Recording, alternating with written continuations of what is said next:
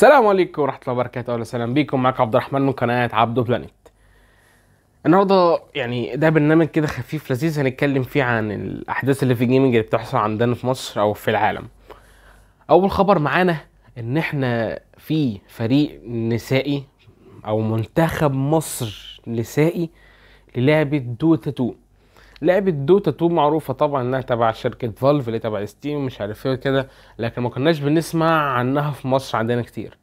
فدلوقتي اتعمل منتخب من حوالي او مش عارفين من امتى بالظبط، بس كان من قريب بدأ يظهر في منتخب.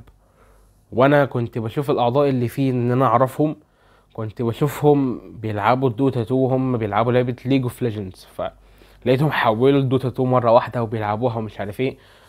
فحتى بسألهم كاتمين على اللي بيحصل، فطلع ان هم كان بيجهزوا المنتخب النسائي عشان يطلعوا بيه لكاس العالم. وفعلا كسبوا الماتش بتاعهم وتأهلوا لكاس العالم بنتائج مبهرة، يعني ممكن 42-11 حرفيا. ونيجي بقى للخبر اللي بعده. هو طبعا الخبر خير، يعني كان المفروض اعمله من شهرين بس كان عندي ظروف، بس اللي هو كاس العالم للرياضة الإلكترونية اللي كان في السعودية خلص.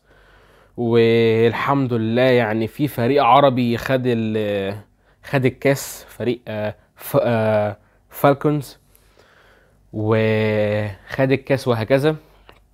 والسعودية كمان هتستضيف الأولمبياد، وهتستضيف كأس عالم تاني برضو اللي هو أولمبياد الرياضة الإلكترونية والحاجات دي كلها، عشان عملت تنظيم هايل الصراحة بمشاهدات وحاجات وهكذا يعني.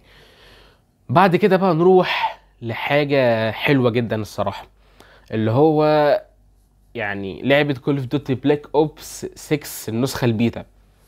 انا عن نفسي هي عندي على الاكونت بس لسه هجربها قريب يعني. فانا شفت الجيم بلاي فيديو وشفت الناس جربتها يعني. فالجرافيك انا عن نفسي حاسس ان كول اوف دوتي الجزء الجديد ده المفروض اللي هيراجع المالتي بلاير، لان انا ارتحت في المالتي بلاير بتاعه ده.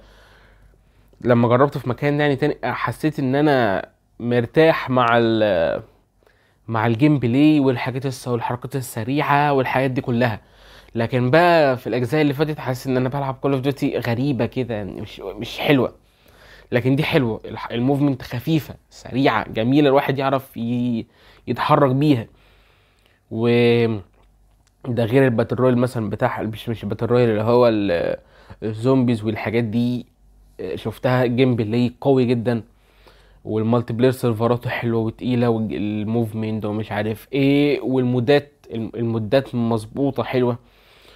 ده غير ان كمان يعني نازله للاكس بوكس جيم باس فري، لو حد عايزها ياخدها من الاكس بوكس جيم باس وهكذا. واظن دي نشرة النهارده. وما تنسوش اللايك والشير والسبسكرايب، وده ان شاء الله يكون فيديو الرجوع. كان معاكم عبد الرحمن من قناة عبدو بلانيت، وسلام.